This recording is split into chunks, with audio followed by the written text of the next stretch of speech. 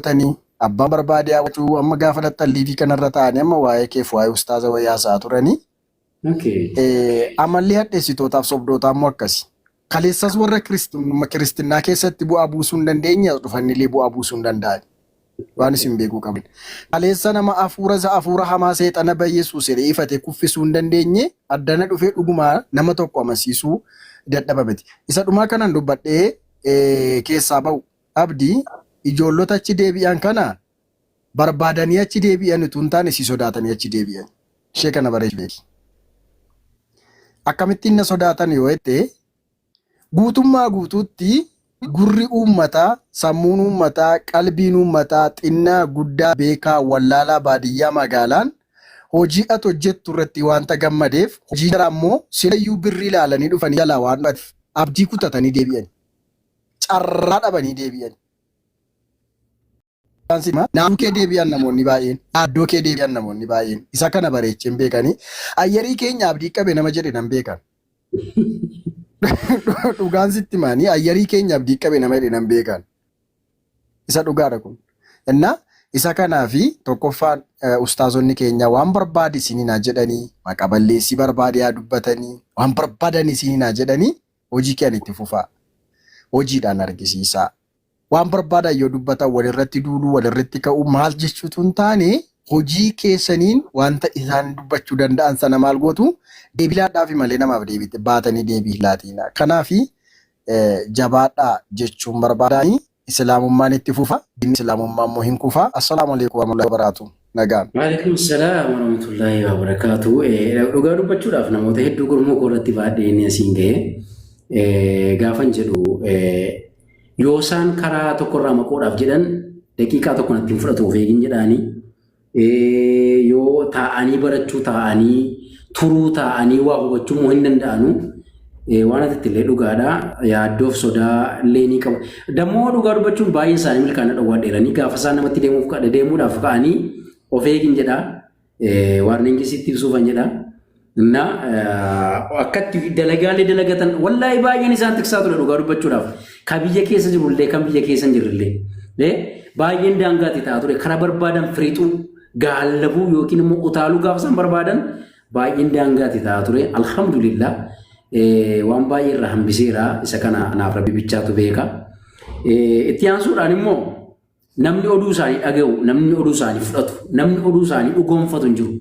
Maaliif yoo naan jettan namni an musliima ta'eera shaadaa qabadheera ashhaaduu allaa ilaahaa jedhee sobee akkamitti waan biraa dhugaa dubbata jedhee namni irraa amana jala kan hin qoraman bara namni an musliima ta'eera ashhaaduu jedhee waan hundumaa dhufee kaleessa amantii keessa ture dhukeerraa kaasee tumee arrabsee raajii baajii wangeelaawii wanjalaawii walitti qabee arrabsee ashhaaduu jedhee namni waan hundumaa jedhe kun akkamitti namni dubbii isaanii noormaalii irraa dhugeeffata namni akkamitti dhugaadha jedhe namni amanu hin jiru baasee offanni isaan jirre kun warri jirtan teenyee haa barannu walumaan teenyee haa barannu waan hundumaa tasgabboofne haa ilaallu waan hundumaa sir'aataan irra deddeebinee haa xiinxallu.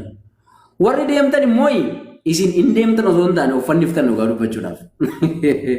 Sababiin isaa namni ashhaaduu allaa ilaahaa illallaa jedhee achi deebitanii immoo nan sobee anoo kiristaana jettan oduu keessa namni dhugaadha jedhee isin irraa fudhatu tokkollee. Isa tokkotu gaafa interviyuu gootee abjuu kootiin utuu ergamaan fashaadhaa na qabsiisanii argedhe silammoo antuutayyuu hin argine liivii irra tayyaasaa. Walumaa galatti achis deebi'an bu'a maleessa asis taa'an bu'a maleessa iyyoo waajjiraa beekta. Iyyoo waajjiraa itti wakabanii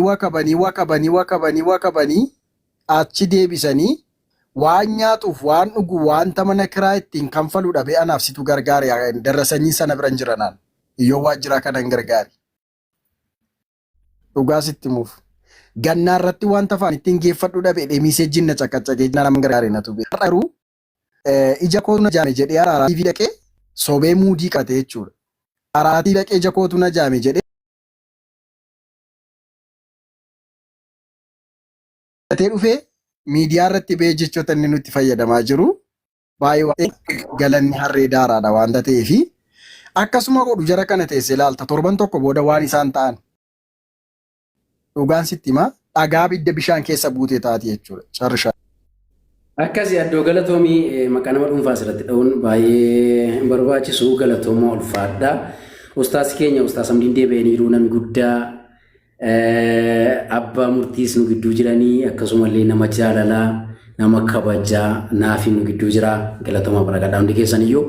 Ustaas Habiib. Assalamu alaikum warahmatullahi wabarakatuh. Waalaikum salaam warahmatullahi wabarakatuh. Maal waansa ol hin ba'u jettanii? No, networkii xiyyaatu har'a xiqqoo isheen jeeqaa jira. Nagaa qabdani. Alhamdulillah nagaa koodha. Alhamdulillah. Appoo waan jabaarraa haasa'uu jirtani. Wallahi waan addaatirraa haasa'uu jirtani. Networkiitu beektaa na jeeqe gaayii hedduu bar guutuutti hin dhaggeeffanne waan naa ibsuu barbaadanillee sirriitti hin dhaggeeffanne ajaa'iba addanaan baane. Omaa rakkoon hin jiru ustaas kennaa. Jechuun waanuma of eeggachuu qabnurraa of eeggannu waan gochuu qabnu hagoonu waan gochuu hin qabne immoo irraa of tiksinu waan jedhamu yaaduma ammoo walaalummaa keenya muuxannoo qabnurraa waa walii qoonne. Akkasuma kanuma kana wajjin waan wal qabatudha ustaas kennaa. Hedduu bareedaadha waan gaariirra jirtan akkana bareeroota wal dadammeessuun bareeda namni keenyallee rafaa. Baay'ee hirra rafa malee rafaa gochaa miti. Hirriba ilaa nama takka namatu hirriba rafa takka immoo hirribatu nama rafa. Namni keenya immoo hirriba osoo hin taane hirribatu isa rafe natti fakkaata. Hirribaa gubbaan faca'e gubbaan balaqe. Wallahi rakkisaa dhagaa. Rabbi haa qaceelchu boo jallaa fi jalloo hunda rabbi haa qaceelchu. Gurguddaa irraa eegalee haga guututti rabbi haa qaceelchu. Kas wallahi. Hai namni tokko waa'ee wal mari'atee islaamummaa irraa hin fayyadamee gara wangeelaatti deebi'a jee yookaan islaamummaa qabatu taate if miidhee moo nama miidhasaa? Ayyaa. Of miidheen iyyuu xixiqqaa takka jechatti hin ibsinu hin qabnu. Of miidhee osoo hin taane of darare of fannisee jenna. Of fanniseetu waan irra dhaabate of fannise of jalaa dhiite. Achii lubbuunis keessaa hin baane lubbuunis ittiin jirtuun rakkate. Of darare. Akka amantaa kiristaanaa. Ummii lubbuun isaa haaromfamuu hin danda'u wangeelli. Ibroota boqonnaa jaallatanii haaromfamuu hin danda'u kiristaana ta'uu hin danda'u neefa. Dhagi dubbifa ibroota boqonnaa jaallatanii. Akka macaafaatti eega takka garagalee as deebi'ee yaada garaasaa geeddarachuu hin danda'are. Maal akkamitti? Hin qoqqorame namichi. Ni qoramee maal qoramuu qofaami qoramee bar ajaa'iba rabbiiti.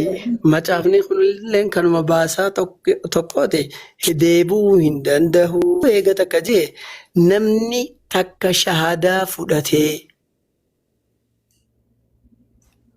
rabbitti harkaa'eef kan fedhu beekaa haa godhu. Fedhu jaalatee haa godhu, fedhu jibbaa haa godhu, fedhu dantaa dhuunfaa isaatii haa ta'u, fedhu dantaa nama biraatiif haa ta'u, ergamees haa ta'u, ergatees ergarameellee haa ta'u, takka shahadaa qabannaan qalbii tokkichummaan rabbii marraa takka seente wallaahi wabillaahi watallaahi yoo kiristina deebi'ellee isaa uummata sanirraa gowwoomseetuma gartee nyaachuudhaaf yoo deebi'e malee abaddan ulii sillaaseen dhuga jeenuma fudhattu qalbiinsaa.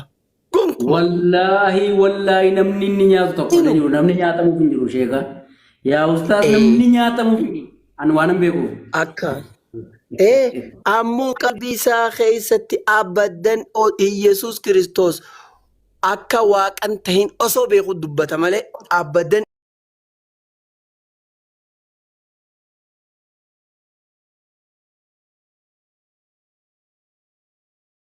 namni buna hin dhunne hin jiru. Buna gaafa dhunnu atalaa dhunnatu hin taane calalamee bishaan isaa nama atalaan dhunnu. Amalli jabanaa isa atalaa ta'e hin hambisa, isa taliila ta'e immoo hin buusa. Amalli islaamummaas immoo hamma dhufeef hamma naa galee keessatti isa taliila ta'e dhalootaaf kenna, isa atalaa ta'e immoo baaseetu lafa gatamuu malutti isaan gataa jechuudha. Si galee yeroodhuma isaatu yeroo calalamuuti. Itti fufuudhaan wantan dubbadhu gidduutti yoo ati iyyuu carraasaa argattee ani sirraan fadhee deemtee irraan kan hafe ijoolleen dhumti si wajjiniin batalaa asuma irratti yoon kaase iyyuu baay'ee mallee waan natti ulfaatu miti. Mucaan gaafa istiidiyoo gaafa dhufni achi ture ati geggeessite sana already nama si jala kaa'ee illee akka inni namoota tokko mana kee argisiisaa ture illee dhaga'een ture. Iccitii sana waliin nageenya miti reeddoo. Yaa keessa darbuudhaan immoo kana duwwaallee utuu hin taane oolmaa kee ba'uu kee galuu kee eessa akka dhattu eenyu wajjin akka itti deemtu mataasaa namoota infoormeeshiniidhaaf nama kennaa turedha. Bareechee nan beeka. Garuu nama waa gochuu hin dandeenye ta'uusaa waan hin beekeef baay'ee iddootti ilaannee dhageedhuman callisee kan natti immoo ijoollee uummachi jiranidha jechuudha magaalaa Mafurii keessa. Haayilaayitii naa kaastee turteetillee mee of eeggadhu waan jedhu wayii. Innaa tokko kana inni lammaffaan ergumatti deemte mataasaa namni naa bilbilee mindinno eenyudha Abiraammoo wandeedhan. Inni naa bilbilee si arguun barbaadaa naan jedhe maaliif ennaa waanan si wajjin haasa'u jira iccitii guddaa tokko jedhe lakki iccitiin si wajjin haasa'u hin qabu. Hojiidhaan biiziidha waan ta'eef bakka hojiin jirannaan ishi iddoo hojiin nu fayyessa iddoon hojii kennan lakki iddoo hojii kun nama barsiisuu hin barbaadu. Innaan achumaan deeme irra miidiyaa irratti argee walumaa gala waanan jechuu barbaade islaamummaan kiyyoo qurxummiiti. Kiyyooni qurxummii hundumaa walitti qabdi. Qurxummii hundumaa immoo fuutee galtee bisheessitee nyaattee yookaan nyaachisti miti. Nama hundumaa walitti qabuun gahee isheeti kiyyoon. Isa nyaatamuu malu isa fayyadu garuu kee fudhachuun immoo dirqama seeti. Kuna mala kiyyoon. Ustaasim biyoon harkisaa warra mul'inii dala qabdannaafi. Innaa isa kanaafi gara fuulduraatti illee akkuma ati dubbatti of eeggannoodhaan gochaa waan godhamu gaarii ta'uun bareedaadha. Eenyu nabittiin inni natti dhufe kuni. Baazee ergatti deemte mataasaa namoota baay'een qunnamaa jira. Shaada qabachuu barbaanna. Obboleessi keenya achi jira. Ati nu qabsiisi minaamen. Maaliif akka isaan naa bilbilan nan beekaa. Nama shaada qabsiisuu ga'e utuu hin taane already xiyyeeffannaadhaan akka sammii wayii geggeessuu barbaadan waan naa galuuf badaa wanti ilaadheef illee hin jiru. Kanaaf of eeggannoo ifiifuu sabateetuma Iyesuus waaqa jee jala sarareenuman ta'u. Warra lallabuumi warri itti lallabanuu takka akkasitti taa'een beeku. Dubbisni sagalee bareechee isin dubbisa. Maal jettan? Barsiin maasanii dubbisa dhagaan jarri namas jala jirullee dhagaatan.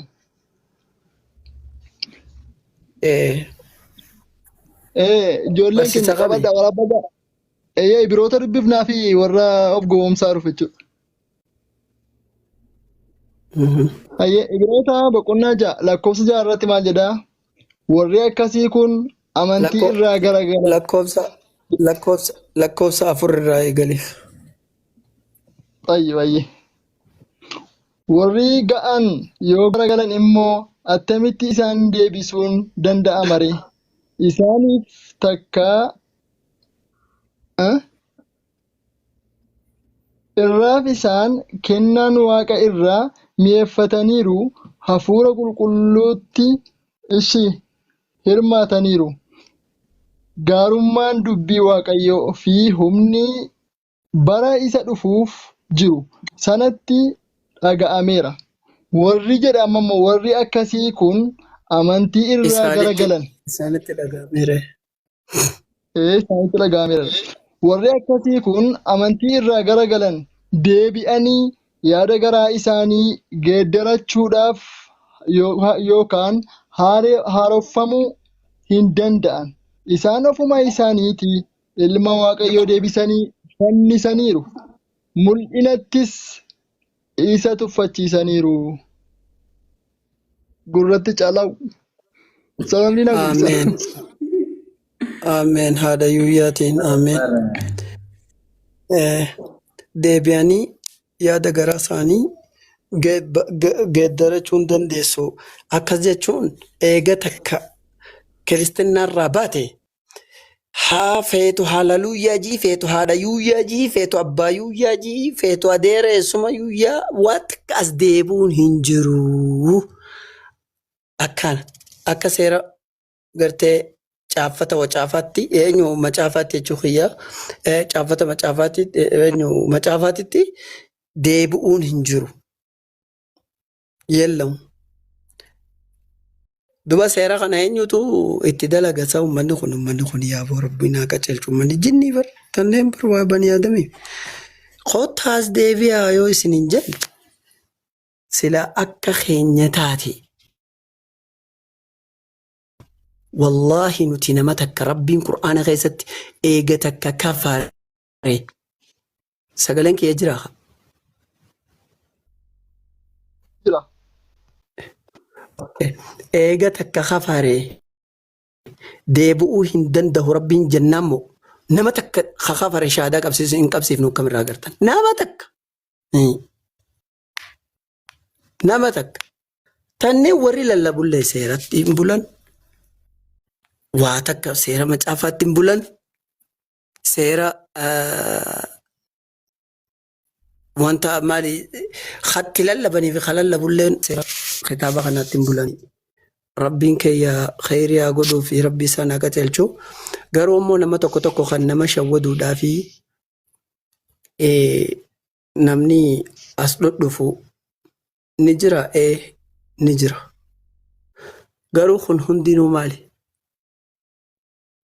Wallahi amma duraan dubbadhee dadhabee firraatti dhiiseen.